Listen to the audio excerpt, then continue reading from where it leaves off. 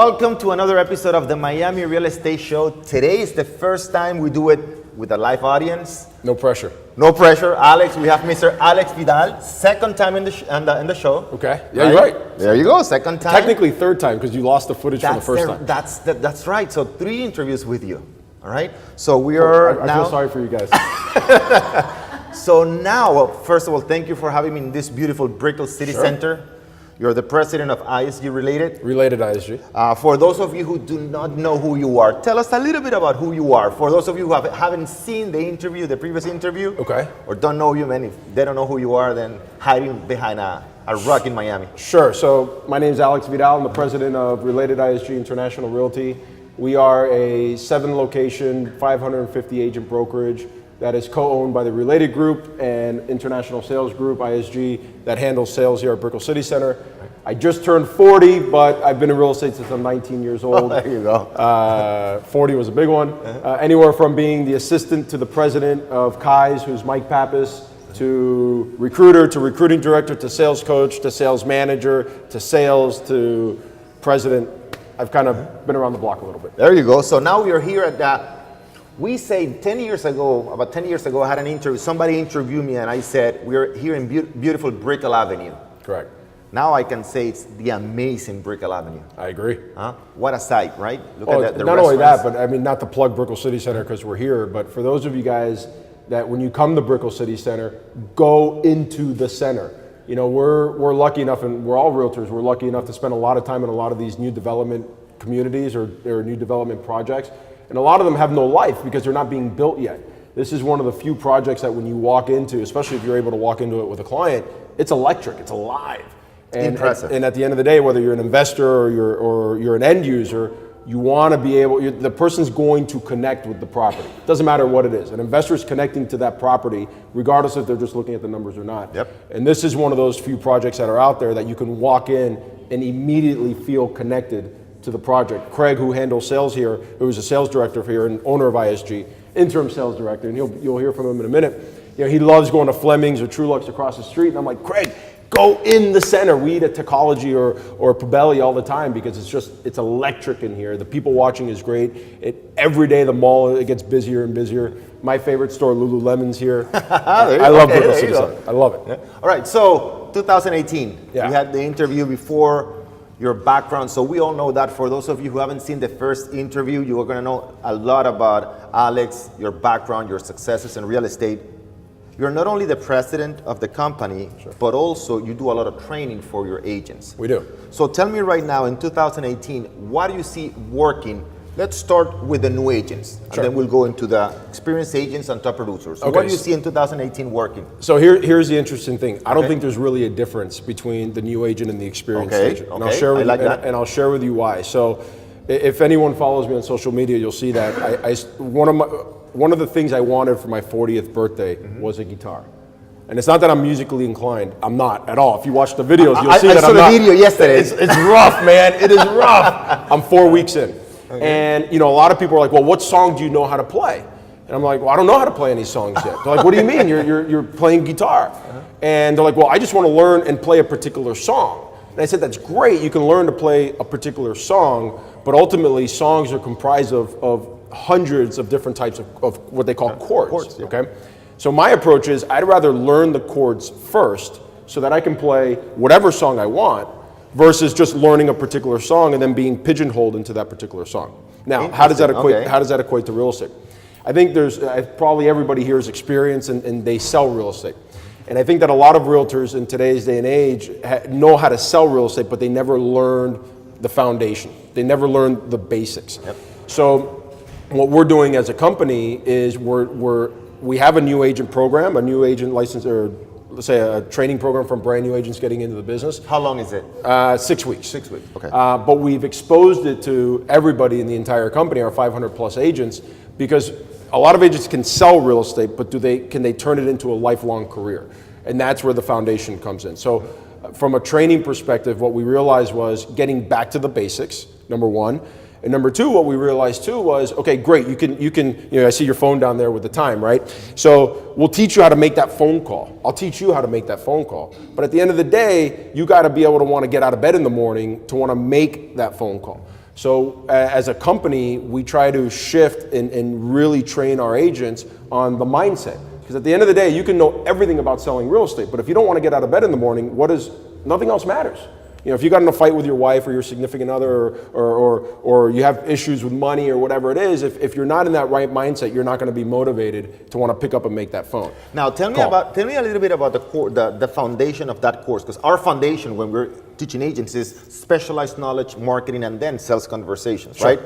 If you have the specialized knowledge in your marketing, your clients, and then in your marketing, then you can generate enough sales conversations, and those sales conversations can be very meaningful because you have the specialized knowledge. In your program, what do you have? What type of... So it's really... what are the foundations? It's a three-prong approach. Okay. Because here's what happens. I think most real estate companies, or even at the board of realtors, you can go out and get the training. You'll have somebody that will teach you what you need to know on how to fill out a contract, which I think all training programs do. Right. We teach you how to fill out a contract. We do the business plans. We teach you how to use the MLS. We teach you the listing presentation. We teach you how to qualify a buyer. You know, the foundations of what you need to get started, right? But the sales skills. The sales skills. Right. But here's the thing. I teach you how to fill out a contract, and I can teach it to you 20 times.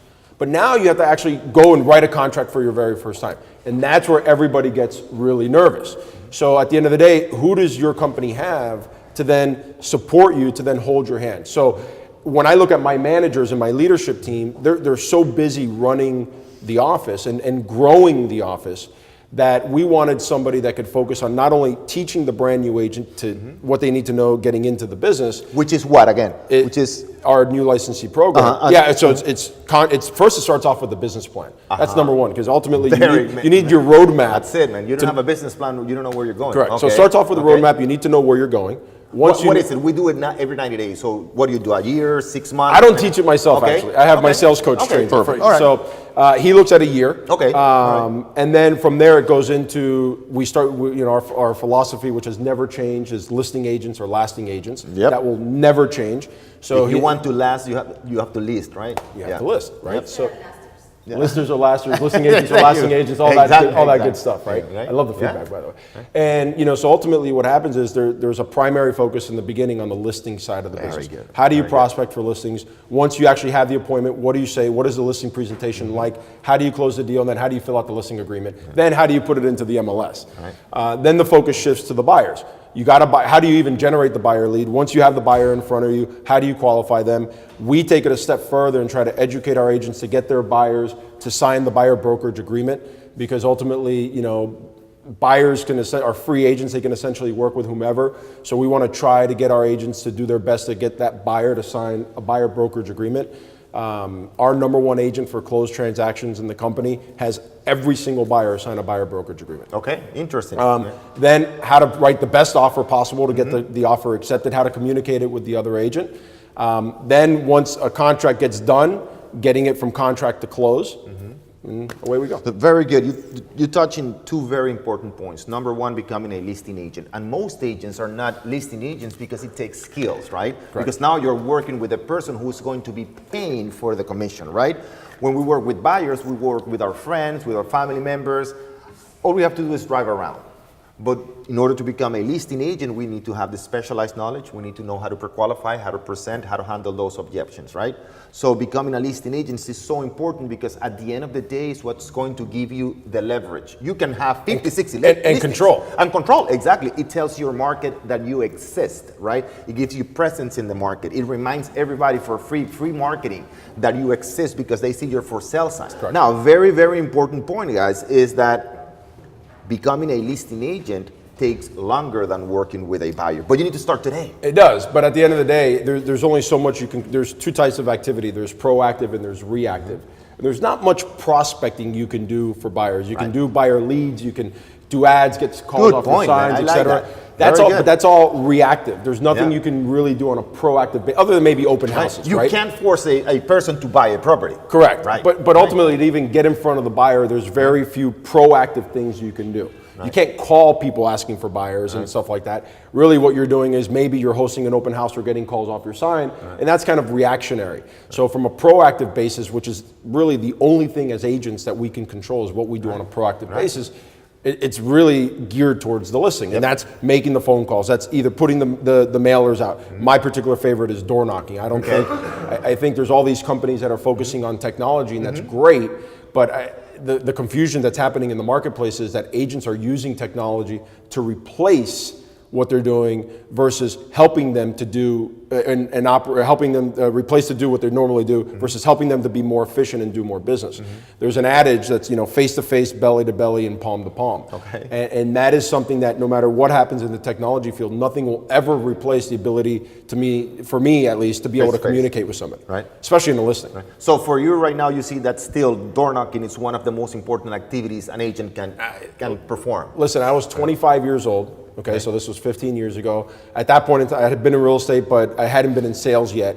I finally decided I'm going to get into sales, and I had no money, and I decided to go after this particular market called Keystone Point in North Miami. And Keystone Point in North Miami was 90. That's on the water, right? Yeah, it's parts of it are on the water. That's what I love about Keystone Point. It's 1,000 homes. There's some dry lot teardowns. There's some dry lot with pools that are beautiful. There's waterfront teardowns. There's waterfront nice homes, and then there's homes on the open bay. Beautiful mixed bag of properties.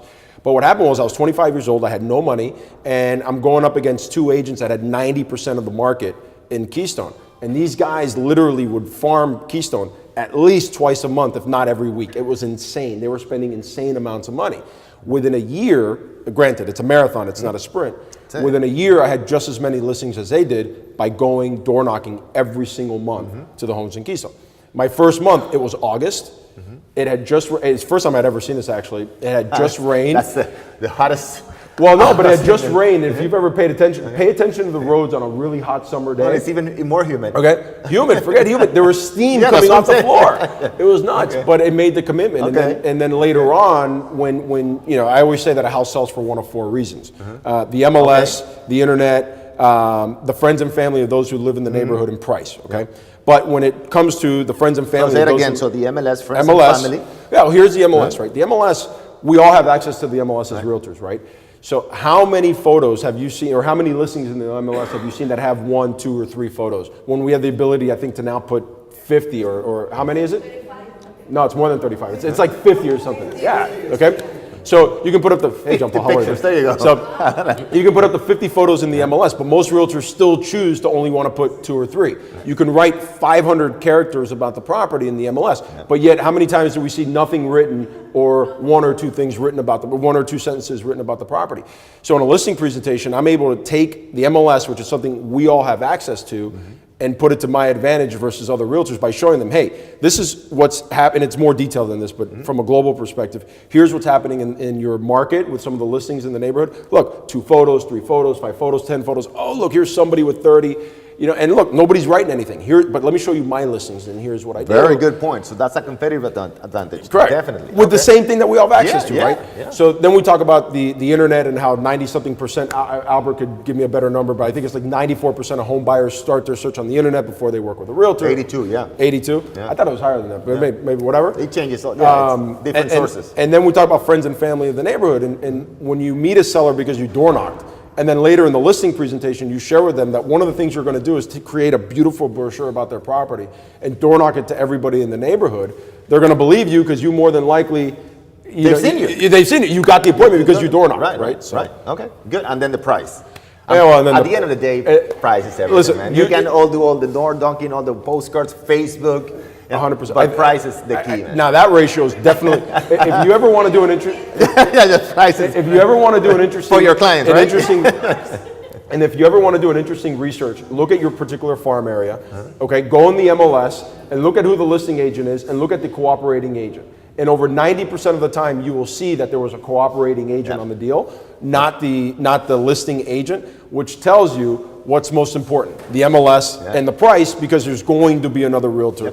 On the site. By the way, and that also tells you better keep your reputation top notch in your farm area, because if there's going to be another realtor involved on the other side and you have a crappy reputation, people are not going to want to work with you. Right. So if you keep your reputation in check and you as Craig likes to say, keep your powder dry, and you maintain a great reputation in the marketplace, people will see your listing and say, oh man, I'm going to call Alex because that guy, he returns my calls, he shows it quick, he responds to my offers, whatever it is, and then all of a sudden you're doing more and more deals. All right, so 30,000 feet vision. So it's doing the plan, concentrating on listings, making sure that you door knock in your area that's working for you. And then not only that, but also making sure you have a presentation. And then when you put the presentation on the MLS, make sure that you have the 50 quality pictures and of course the right price. Correct. That's what I've gotten so far. Yeah, okay? and even before that, before you even sit down and talk with the seller about the things and we have to talk about database too. But when you, this is just going out and looking for the business, right? But in the listing presentation, I think what happens most of the time is realtors will go in, they have the ability to meet with Orlando to list your home, and they say, show me around, and they sit down and they immediately, because we're salespeople, we want to sell, sell, sell. They want to get into, let me show you everything that I can do to get your home sold. Well, and at the end of the day, it really doesn't matter what you can do to get that home sold if it doesn't turn or hit the hot buttons that your customer has. We find it in car sales. I told you I'm shopping for a car. And at the end of the day, I don't care necessarily that it's an electric vehicle. What I care about is that the car, when you turn it on, it boom, it gives you sound. I want to feel alive in my car. Listen to what they want, right? So that's my hot button, right? Well, it's no different in I like that. Okay, so instead of listening, that's a good point. I'm going to use that from now on if you allow me. So it's the hot buttons, right? What are my clients' hot buttons, right? Because not expectations, right? Correct. But the hot button is like something that I can remember, because not everybody wants the same, right? So as you said, I'm talking to you about how. So let me ask you, if you're home, so act as a home. Let's role play real quick, okay? What's one expectation you have in the sale of your home? I want to sell it as quick as possible for the highest price. Okay, you want to sell it. What's your definition as quick as possible? Very good. And within 30 days. Within 30 days. You want to close it in 30 days or go to contract? I want to have days? a contract within 30 days. You want to go to contract within 30 days. Great.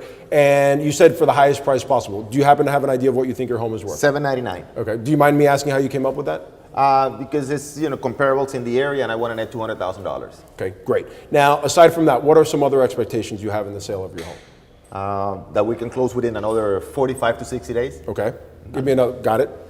Part of your quick closing. Give me another. Man, I don't want to be opening doors. I want you to handle everything. I don't want to be present. Okay, when they're showing so you want me to be great? I don't want you to be present. So you want me to be present for the showings, okay? Right. And if I were to tell you if there's one more thing I can do to just make it a home run, what would it be?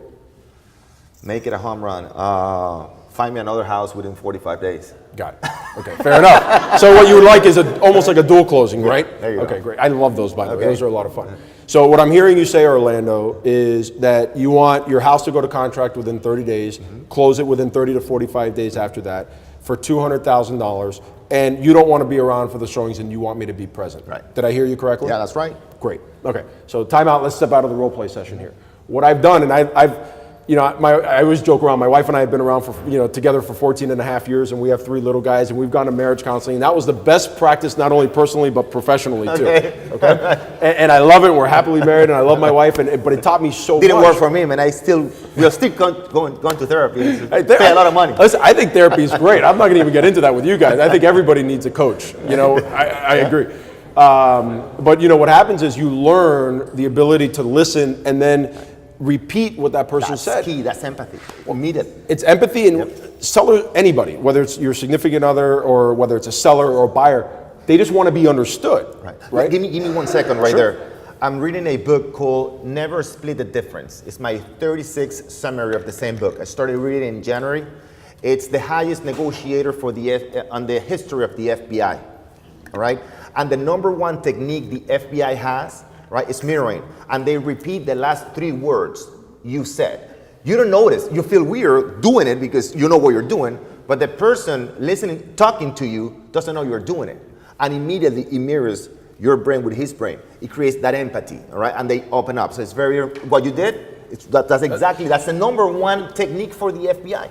Oh, that's good. If I ever get interrogated, now I know. Never split the difference. Write that book down. The title down. Never split the difference. But the thing is that people, as salespeople, we're so rushed to want to get into what it is that we do, but that we never take the time to really find out. Me. Yeah. You look at on-site salespeople, right? And on-site salespeople they're so passionate about their project that they just want to get into, how many amenities it has and what the price per square foot is, and oh my God, we're here, or whatever.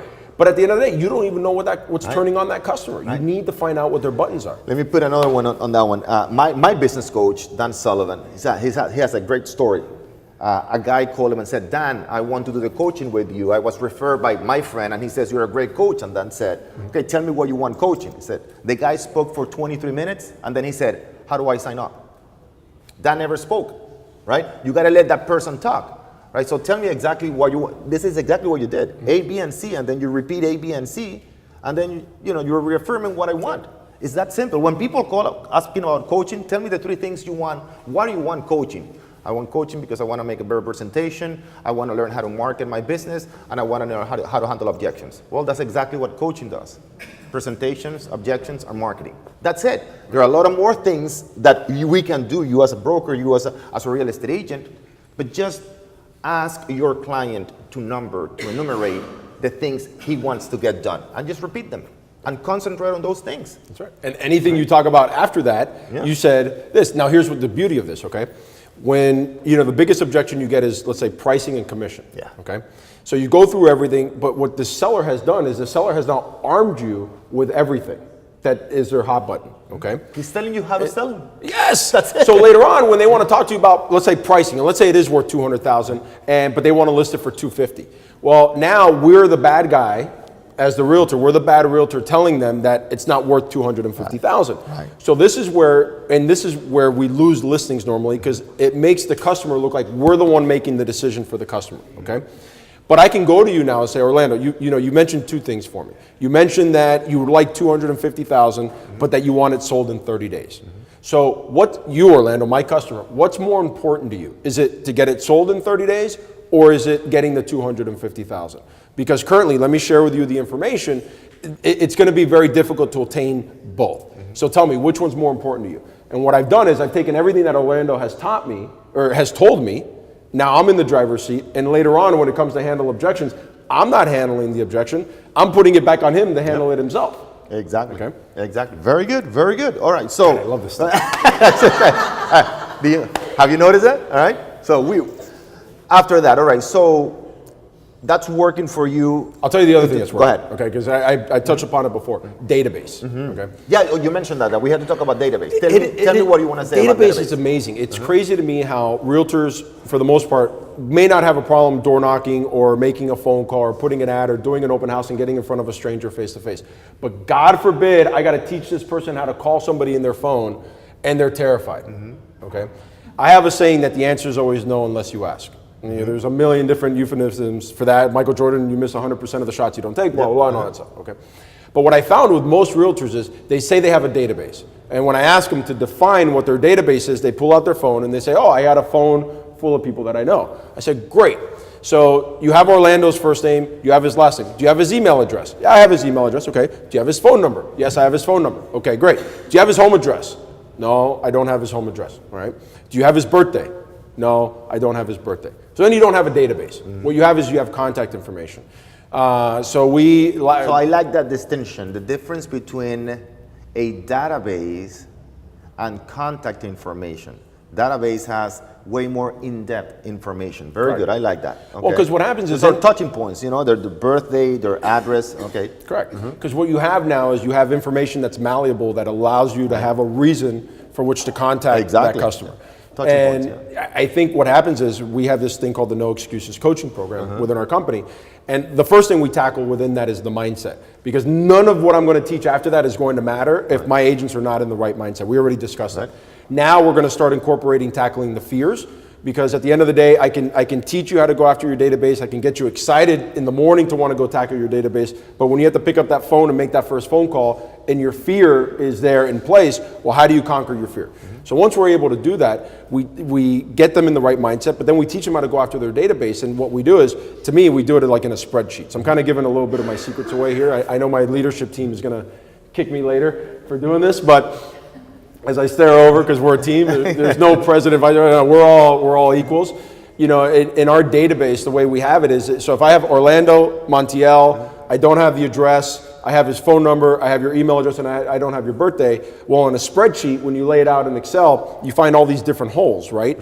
And for me, those holes are opportunities that when I call you, I'm going to use those holes as opportunities to connect with you. And there's a lot more to it, and how you do it, and how you follow it up and all that. But ultimately the goal is so that when you're done going through your database, you have that information across the board. So now you have not only different ways to communicate with them, phone, mail, or email, you have reasons to, birthdays, etc. Now, very important point regarding the database. Our business worth is based not only on the size of the database, but in the strength of the relationship we have with that database. Correct. Most agents are afraid to use their database. You should be touching your client or emailing at least your client twice a week. Top agents in Miami do 1 email per day. Some of the top agents do 2 emails per day, 7 days to the same customer, 7 days a week. I'm talking about agents that do over $180, $200 million in sales. Yep. I'm not saying that you have to do it every day. I'm saying that you need to position yourself as the expert of choice. And the only way to do that is through frequency and repetition. You have to be in front of your client. If you are not, another agent will. Oh, yeah. Right? Very, very important. Well, I think what happens is most realtors are afraid to piss off their customer on the other side with the number of emails. The reality, though, is you will piss people off. Get over it. Yeah. Okay. And I'd rather piss some people off. By the way, they're just I know where you're going with it. That not reach anybody. Correct. Right? And at the end of the day, I'm pissing people off not because I'm sending them regular emails. It's because I'm sending them irrelevant information at that point in time. Exactly. Irrelevant to them at that point in time. But one day it will be. Exactly. It will be relevant. But no. Some people. That's what when we talk about with Ines, with your company's Exodus, right? We talk about going from the agent-centric approach to the client-centric approach. Like the typical postcard, the typical email is all about my face, my picture profile from 25 years ago, right? But it's my picture, my listing, or my recently sold, and my contact information. And the call to action is call me. It's all about me. So when I send an email, even if it is only once a year, it's spam. It's not relevant. Yeah. So we want to change that message from the agent-centric approach to delivering value to the end user, buyer or seller. I agree. Yeah? All right. So 2018, what do you see best agents in the industry? You have some top agents in your company. We do. All right. So go ahead. No. So what do you see those agents doing? We know that the basics are in having a plan, making sure you concentrate on the listing agents, making sure you start reaching out to your people in your community. Yeah. Right. Now, tell me what your top agents with experience in the industry are doing right now. You see them doing today. Got it. Okay. So there's something I want to do because this has been and I'm going to answer that question only because it talked to me about top agents. And this has been kind of a hot button of mine lately that I was very close to doing a video about it and I chose not to, but I guess I'll use this forum. Whatever you guys do, please do not pay attention to the hype that you see on social media. Because the people that you see on social media that you think are top producers are not top producers. Everybody's a top. Okay. I haven't met an agent that is not a top producer in Miami. All of them are. They're all top producers, right? And then so you sit down with an agent who's frustrated, and then they'll share with you, yeah, but this person's doing this and this person's doing that. Look at their social media. They're wearing Louis Vuitton shoes and they're doing this. Yeah, they're wearing them. Did they show you the receipt that they bought it? Don't buy into that because I think from a motivational perspective, okay. For my example.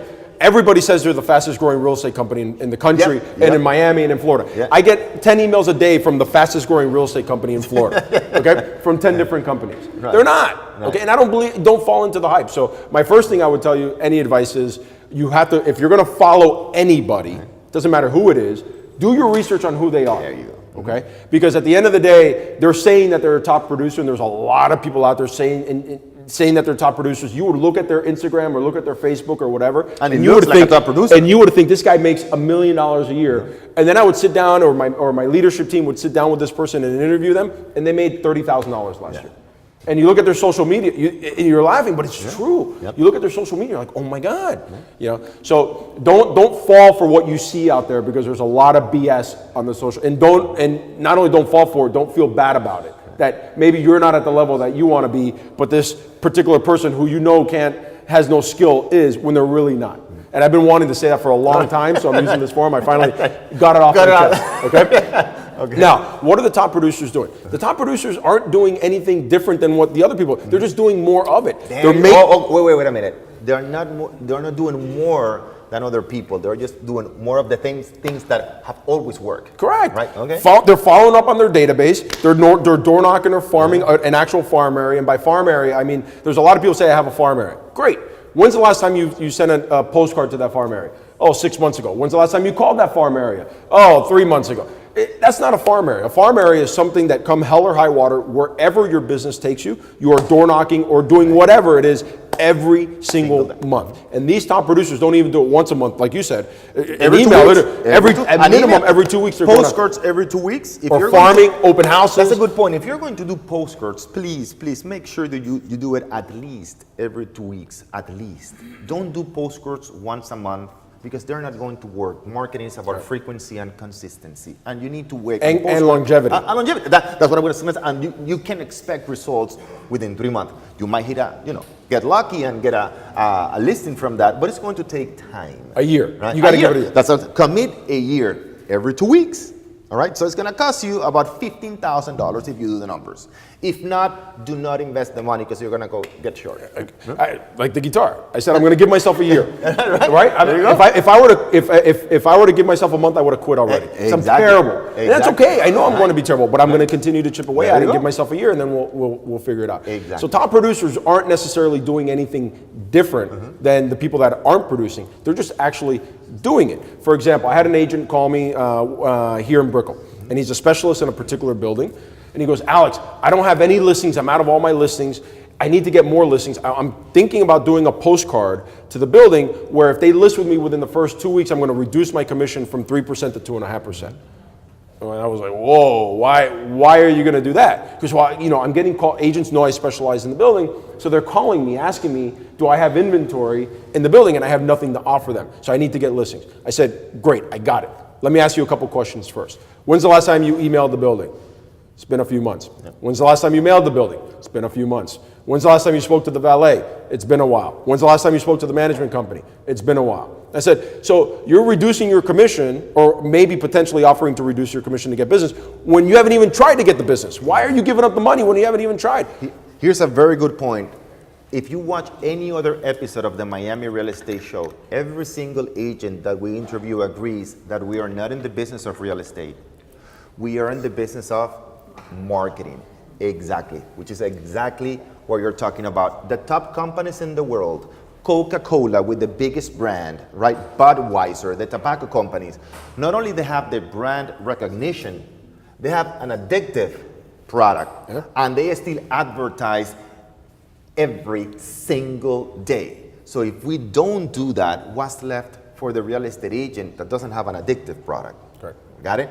So marketing, it's everything in this business, but before you do that, you need the specialized knowledge, right? So to finalize it, tell me, what would you recommend in 2018, the one thing, the one habit you would recommend an agent develop? I know you are a person of rituals, right? Your morning ritual, you do a lot of exercise, you take care of yourself, you do it with your wife, you do it with your kids, we're good friends, I follow you on social media, I know you're— Put a whole gym in my garage. Exactly, there you go, exactly. So what is the one thing, the one habit that you would recommend an agent develop or getting into today? Professionally or personally? Professionally, and then personally, I like that. Let's do both. Okay, sure. I think professionally, they got to develop a daily habit of prospecting. I think a lot of us are just so busy on waiting for or thinking that the business is going to come to us that no one really makes that proactive. So actually, let me make it a little broader. Do something proactive every day. Okay. Okay. And it should be that you're fueled by it. So for example, in the beginning of May, my mother-in-law passed away. Okay. Yeah, I remember that. And my wife is an only child, and her mom's family is all in Brazil. Okay. So for the month of May, I was really focused more on just maintaining the company, because I was helping my wife with everything that had to do with the processing and just everything that's related to when someone passes, right? And about towards the end of May, thanks to my gratitude exercises, I was able to do it. But I remember I take every Thursday, I take a couple more hours off in the morning, because she's off, whatever, and we're spending time. And I remember turning to her and I go, babe, I think I'm depressed. Okay. Okay. And you can't be afraid to be vulnerable, by the way, guys. That's the other thing. She goes, what do you mean, you? And I'm like, well, maybe I'm not depressed, but I have a void in my life right now. And what it is, or what it was prior to that happening, that incident happening, I was, Albert and I were going to Orlando every week trying to find out where we wanted to expand in Orlando. We even got in a helicopter and toured the city. We were in talks with companies in Miami or Dade and Broward and Palm Beach County. And everything that I focused on was on pushing the company forward. And then all of a sudden, everything happened and I kind of had to put life on pause, maintain the company. And I realized that I love what I do so much, and I was addicted to that drive and that adrenaline rush of pushing the company forward. That when I didn't have it, I had a void, and it took me down. So from a professional perspective, find whatever that thing is that drives you, and do it, and do a lot of it. Okay, I'm not good at a lot of things, and I don't plan on getting better at those things that I'm good at. I'm surrounding myself with people that are great at the things that I suck at, and I'm letting them do it. And I do the things that I do. So from a professional perspective, I would say find the one thing you really want to do, that you're really good at, and just do a lot of it. Okay. What about personal? Personal, I think you need to find an outlet. There's again, let me go back to the social media. If you look at social media of the world today, it's always like, work hard now and live the life later that everybody's going to be working for. Hustle, 24/7. I'm like, that's bullshit. Yeah, Sorry, this is the first time I cursed on the video. I shouldn't. No, listen, I was trying not to, but I got one in. Okay, you had it here. It's BS. You can't operate on that. You can be 24/7. If you had $1 million horse, would you race that horse all day long? You pick one race. No, I'm not saying go on vacation all the time, but don't feel bad about taking up. Like I said, I take every Thursday morning off for a couple of hours because again, my wife is off and we have 3 little kids, and it's the one time I know I can spend without child interruption, right? So we do that, or I put a whole CrossFit gym in my garage, or I picked up a hobby like a guitar, something that just distracts me. And the things I love about CrossFit and the guitar is you have to focus on what you're doing. You can't be thinking about something else because you're going to just eventually you will. I guess. I don't know. Well, I've been doing CrossFit almost 7 years, and I don't, you're going to get hurt if you don't concentrate, right? So I would find an outlet, even if it's an outlet that's 10 minutes a day or an hour a day or whatever it is. Don't feel bad about having that outlet, and don't feel bad that you're not working 24/7 like you see everybody on Instagram doing. Because guess what? They're not working 24/7. Exactly. It's impossible. Yeah. Now, last thing has nothing to do with real estate, but to me it's very important. Okay. And most people that I get to meet, I ask them that question because I don't have the answer, and I think everybody has a different answer. So I like to hear that answer. By the way, he didn't give me the question before, so I have no idea. And that's something we agreed to. Last time I gave you the question. I told him, I don't know, let's just do it on the fly. So Craig, that question is going to be for you too in the next interview. So here it goes. Tell me your definition of success. Happy. Happy. What define happy? You can't define happiness. Okay. I don't think you can't.